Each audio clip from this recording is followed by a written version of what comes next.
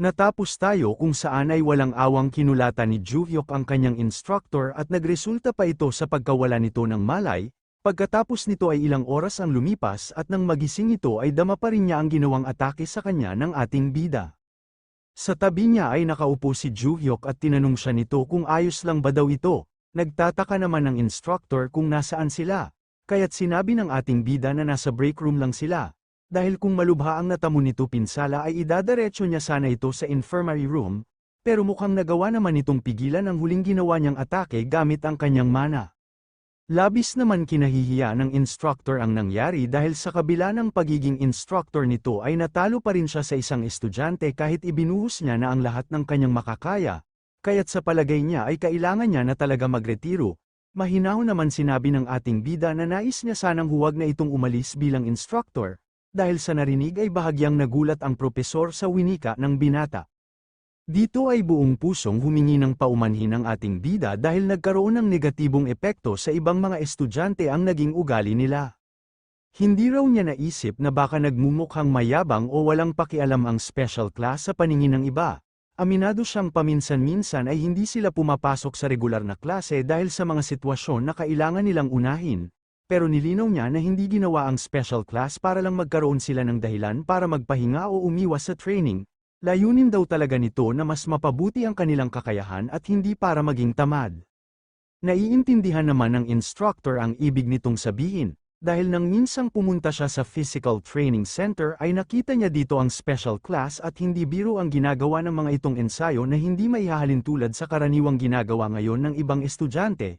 Dito ay natanong din ng instructor si Juhyok kung siya ba ang nagbigay ng magkakaibang training routine sa bawat estudyante, dahil napansin niyang parang iba-iba ang ginagawa ng mga ito. Ipinaliwanag ng ating bida na mas epektibo ang ganitong paraan dahil iba-iba ang build at martial style ng bawat miyembro ng special class, kaya't ginawa niya raw ang personalized training routines para maitama ang kani-kanilang kahinaan at ma-maximize ang lakas na mayroon sila. Pagkarinig ng instructor sa sinabi ni Juhyok ay napabuntong hininga ito at sinabi na kung ganoon kagaling ito magturo ay tila mas magaling pa ito kaysa sa kanya. Dahil doon ay hindi raw niya maintindihan kung bakit pinipigilan pa siya ni Juhyok na magbitiw sa pwesto, saad niya dito na kung bakit kailangan pa siyang pigilan kung maayos namang nagagawa nito ang paghawak sa special class at tila mas may alam pa ito tungkol sa training kaysa sa kanya. Nagtataka siya kung ano ang dahilan kung bakit ganoon kahalaga dito na manatili siya sa academy. Ipinaliwanag ng ating bida na hindi siya mahusay pagdating sa pagtuturo ng malaking grupo ng mga regular na estudyante. Kahit gaano pa raw niya mapaganda ang training ng isang tao, estudyante pa rin siya sa mata ng buong academy, sa madaling sabi ay walang bigat ang kanyang salita o impluwensya. Kaya't kung magbibitiw ang instructor ay malaking kawalan yun para sa buong academy. Upang mas makumbinsi pa ang instructor ay sinabi pa ni Juhyok na kapag nagtuloy ito sa pagreretiro ay aalis na din siya sa paaralan at bubuwagin niya na rin ang special class. Winika ng instructor na bagamat marami na itong nabago sa paaralan ay hindi naman siya pumayag na makipagkita dito para lang paalisin ang binata. At bakit naman daw ito nakahandang buwagin ang special class para lang sa kanya? Dahil base sa kanyang pagkakaalam ay ito ang nagpumilit para lang mabuo ang klase. Kaya tinanong niya ito kung ano ba talaga ang dahilan kung bakit niya ito binuo. Winika ng ating bida na binuo niya ang klase upang magsilbi bilang kanilang strike force. Tila wala naman ideya ang instructor sa ibig sabihin nito, kaya't sinabi ni Juhyok na kung naaalala ba daw nito ang disaster ilang buwan na ang nakalipas. Sumagot naman ang instructor ng oo at sinabing alam niya ang insidenteng yun. Bagamat bihira mangyari ang ganoong pangyayari sa Korea ay agad daw yung naresolba kaya halos hindi ito umabot sa mga balita. Ang kakaibang bahagi lang ayon sa kanya ay nang mapansin niyang unti-unting naglaho ang iilang news reports na lumabas tungkol sa insidenteng yun. Ipinahayag naman ng ating bida na siya at ang special class ang umasikaso sa disaster. Nabahagya naman ikinagulat ng instructor, ipinaliwanag ni Juhyok na ang layunin ng special class ay makaresponde ng mas mabilis kaysa sa iba upang mabawasan ang pinsala at agad masupil ang banta ng mga halimaw. Kahit may iba siyang layunin sa pagkakataong ito ay ang pangmatagalang plano niya para sa special class ay mananatiling pareho hanggang hinaharap. Sinabi niyang hindi niya ito kailanman ibinahagi sa ibang estudyante, at tanging si Instructor Lee lang ang pinaglaanan niya ng impormasyong ito. Dahil sa mga narinig ay seryoso naman sinabi ng instructor na lumalabas na bumuo ito ng private task forces gamit ang mga estudyante, kapag iniisip niya ito ay tila sumasakit ang ulo niya dahil hindi niya lubos maisip na ang mga estudyante ay humaharap sa mga halimaw na mula sa labyrinth. Saad niya pa sa ating bida na mayroon naman silang mga guild hunters at national contractor para umasikaso dito, kaya't hindi na dapat sila mag-abala pang isugal ang kanilang buhay para lang sa bagay na yon. Tugon naman ni Juhyuk na alam ba daw ng instructor na sa nangyaring disaster ay halos 30 minuto na ang lumipas nang dumating ang sinasabi nitong tulong. At bago pa makarating ang mga ito ay nailikas na ng special class ang mga sibilyan, napabagsak na din ang mga halimaw at nasira na din niya ang labyrinth, nang dumating ang mga contractor ay halos tumunganga na lang ang mga ito. Kumpiyansa pang sinabi ng ating bida na halos lahat ng nasa special class ay mas malakas pa sa mga matatandang contractor kaya't wala itong dapat ikabahala. Wika pa ng ating bida na naniniwala siyang makakagawa ng malaking pagbabago ang presensya ng instructor sa academy sa paglipas ng panahon. Tanong naman ng guro na kung bakit ganoon na lang ang paniniwala ni Juhyuk sa kanya. Ano ba raw ang dahilan nito at tila sigurado siya na magiging mahalaga ang papel niya sa hinaharap. Ipinaliwanag ni Juhyuk na posibleng maging mas malala pa ang mga disasters. Mas madalas at mas mapanira, at kapag dumating daw ang panahong iyon ay kahit pa ang special class o siya mismo ang kumilos ay hindi magiging sapat ang lakas nila para harapin ang buong sitwasyon. Kaya't binigyang diin niya na kakailanganin nila ang mas marami pang hunters na tunay na mahusay, mga taong may sapat na kakayahan para mabawasan ang pinsalang maaaring mangyari. Ito ang dahilan kaya't nais niya itong manatili. Gamit ang Valhalla ay makakagawa sila ng mahuhusay na mga hunters at mangyayari lang ito sa tulong ni Instructor Lee, kaya para sa kanya napakahalaga na huwag na itong umalis. Dahil sa mga sinabi ng ating bida ay bahagyang nagulat ang instructor at hindi na nakapagsalita. Saad pa ni Juhyuk na maging si Instructor Lilia ay hindi sang-ayon sa pagreretiro nito. Bagamat nagtataka ang instructor kung paano nalaman ni Instructor Lilia na aalis na siya ay naiintindihan niya ang sentimiento nito. Dahil siya mismo ang nagpasok dito bilang instructor ng paaralan. Pagkatapos nito ay napagdesisyonan na ni Instructor Lee na huwag nang umalis sa Valhalla, at hindi na kailangan mag-drop out ng ating bida o kaya'y buwagin ang special class.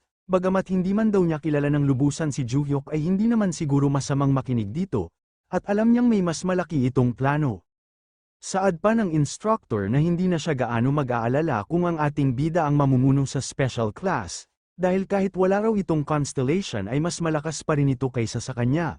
Pero pinaalalahanan pa rin niya si Juhyuk na kung sakali mang humarap ito sa sitwasyong tunay na delikado, huwag na nitong subukang harapin ito ng mag-isa at mas mabuting maghintay na lang ito ng nakatatandang contractors. Tumango na lang ang ating bida at sinabing naiintindihan niya ang nais nito. Tapos ay tinanong niya ang instructor kung ano ang dapat nilang gawin tungkol sa problema na ang special class ay nakakaapekto na raw sa moral ng ibang estudyante. Winika ng instructor na matapos niyang makita ang special class kanina ay nagkaroon siya ng magandang ideya sa problemang ito, at nais niyang tulungan siya ng binata sa oras na simulan niya na ang kanyang plano, bagamat hindi sigurado sa plano ng instructor ay sinang-ayunan na lang ito ni Juhyuk, pagkatapos nito ay nagpaalam na din ng instructor upang umalis.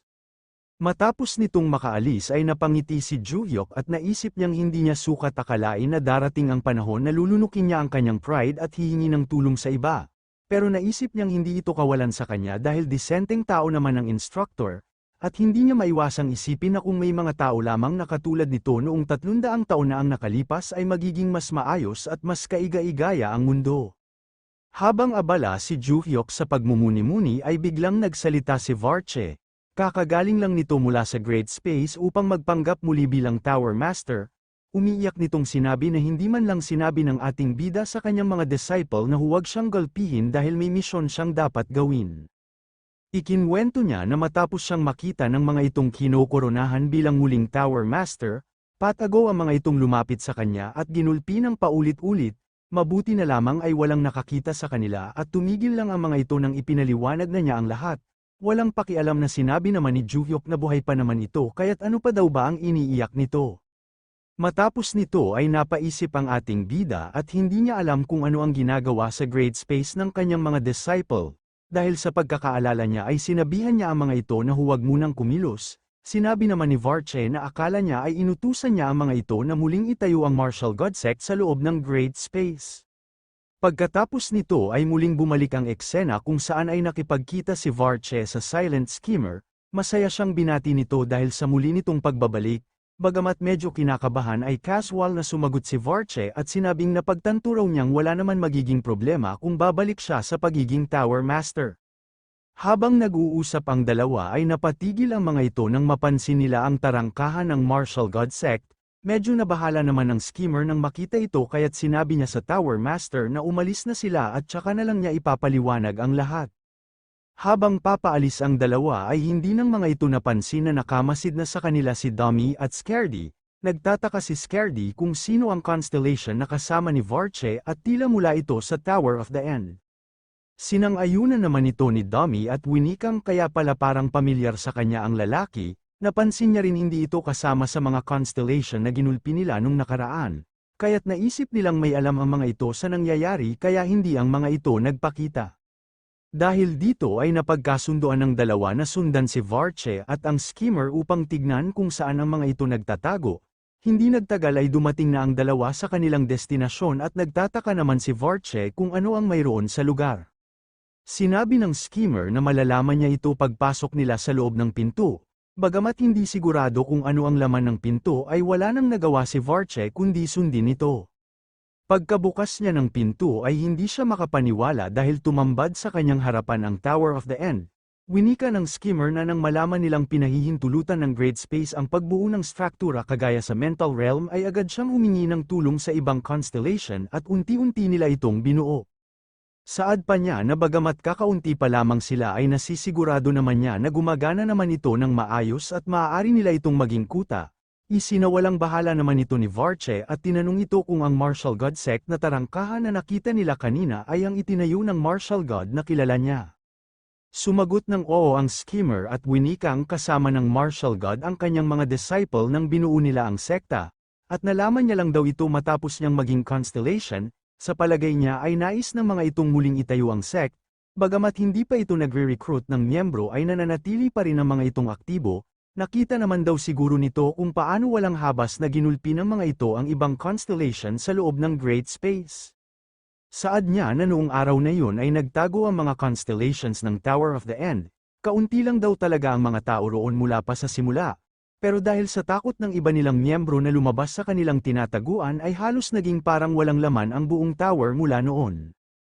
Naintindihan naman ito ng Tower Master, sabay sinabi dito na nais niyang gumawa ito ng listahan ng miyembro nila, dahil gusto niya munang malaman ang bilang nila bago muling maupo sa posisyon, at simulan niya agad ang bilang mula sa mga constellation na nasa loob ng Great Space, pagkatapos ay bumalik agad ito sa kanya upang mag-report. Masaya namang sumang-ayon ang Schemer at naisip niya na kaya nito nais gumawa ng listahan ay upang masukat nito ang kanilang lakas. Ngunit bago siya umalis ay winika niya dito na mayroon pang natitirang constellation sa loob ng tower, kaya't kung nais daw nito ay maaari niyang maunang kilalanin ang mga ito. Matapos makaalis ng Schemer ay sinubukan pakiramdaman ng Tower Master ang mga constellation sa loob, at inisip niya na mabuti na lang at kahit papaano ay kaya pa niyang maramdaman ang mana sa paligid. Bagamat karamihan sa manang nararamdaman niya ay dark energy ay nagtataka siya kung bakit tila may nararamdaman siyang dalawang mana na pamilyar at katulad sa ating bida. Sa mga oras na yun ay may bigla na lamang nagsalita at sinabi na kung may plano ba itong muling itayo ang Tower of the End. Nang marinig ito ay halos tumulo ang pawis ni Varche dahil sa sobrang nervyos, kaya tinignan niya kung sino ang dumating subalit laking gulat niya nang makita niya si Dummy na mabilis na patungo sa kanya at handa na itong magpakawala ng isang malakas na suntok. Bagamat nakita niya ang atake ay wala nang nagawa si Varche at sinalo na lang ito gamit ang mukha. Dito na nga nagsimula ang panggugulpi ng dalawa sa Tower Master. Pagkatapos nito ay bumalik ang eksena sa kasalukuyan at tinanong ni Juyok dito kung natanong ba daw nito ang kanyang mga disciple patungkol sa Martial God Sect. Winika ng Tower Master na hindi na siya nagkaroon ng pagkakataon, dahil sino ba naman daw ang hangal na may gana pang magtanong habang binubugbog, hindi naman napinansin ito ng ating bida at tinanong na lamang kung totoo bang may naramdaman itong ibang pamilyar na mana doon maliban sa kanyang mga disciple. Sumagot ng oo si Varche at winikang naaalala ba daw nito ang dalawang kumag na nakalaban niya noong panahon ng semester, Sigurado siya na naramdaman niya kay Decerebentric at sa kapatid ni Arin na si Jingjan Choi ang manang ito. Saad pa niya na ang bawat isa raw sa kanila ay may kontrata sa magkakaibang constellation, sigurado siya na ang mana na naramdaman niyang konektado sa mga constellation na iyon ay nagmula sa third floor. Sa palagay niya ay malaki ang posibilidad na kabilang ang mga constellation na ito sa susunod na darating sa mortal na mundo. Nang marinig ito ay nagpasalamat ang ating bida dahil sa mga baon nitong impormasyon at umaasa daw siyang palagi siya nitong bibigyan ng update sa nangyayari. Labis naman na bahala ang Tower Master dahil nangangahulugan lamang ito na magtatagal pa ang kanyang pagpunta doon at pagpapanggap. Makalipas ang ilang sandali, sa mental realm ni Scardy ay labis siyang nahihiya sa ating bida matapos siyang tanungin ito kung ano plano ng mga ito at itinayo nilang muli ang Martial God Sect.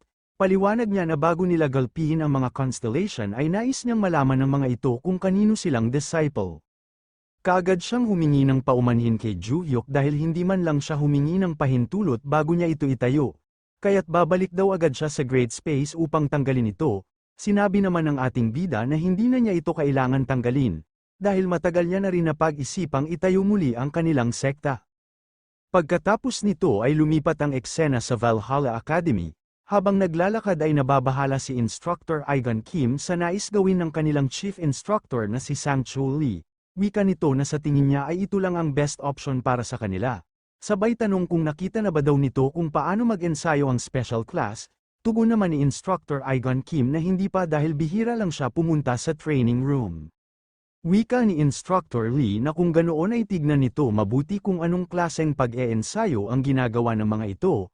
Hindi nagtagal ay nakarating na sila sa training room at tinanong ng instructor si Ju-hyuk kung nakahanda na ba daw ang mga ito. Maangas naman sinabi ng ating bida na kanina pa sila nakahanda at sila na lang ang hinihintay.